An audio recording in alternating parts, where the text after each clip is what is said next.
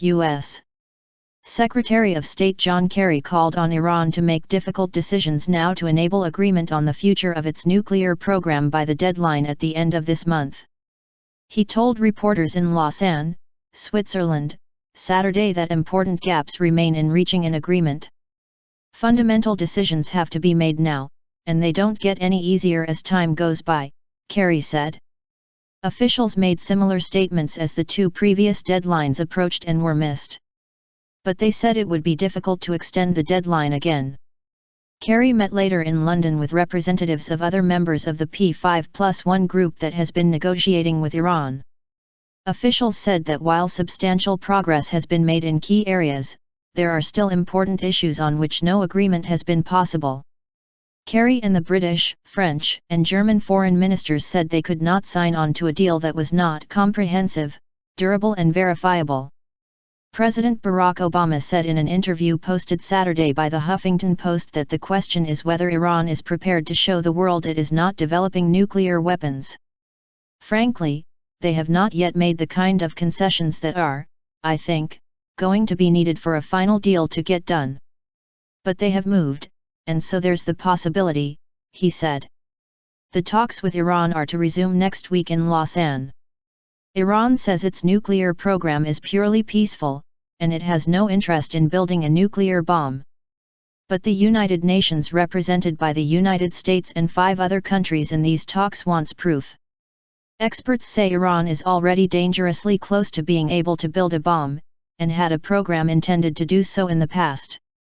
The negotiators have kept most details of their talks secret, but recent leaks indicate progress on key issues, including the number of nuclear enrichment centrifuges Iran will be allowed to operate, the timing of relief from crippling economic sanctions, and the rules covering international inspections to ensure Iran is complying with any agreement.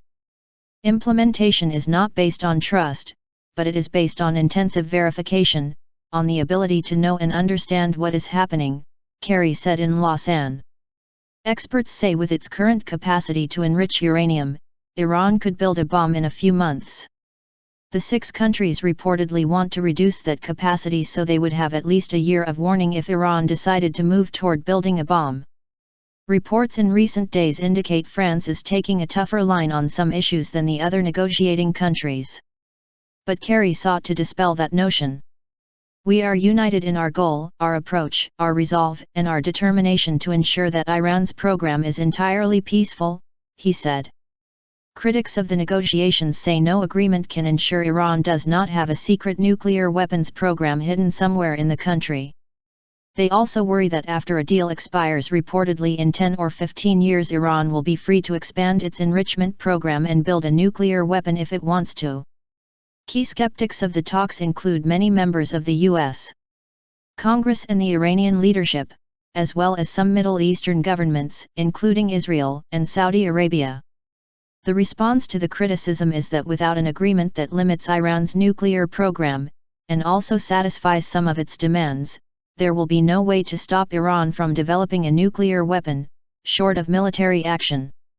And officials warn that the nearly global sanctions that pushed Iran to the negotiating table could break down if there is no agreement, giving Iran what it wants without getting commitments on the nuclear program in return.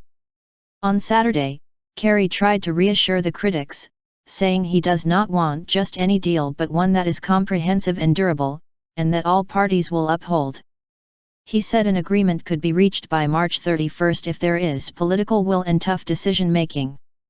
He urged all sides to choose wisely in the days ahead.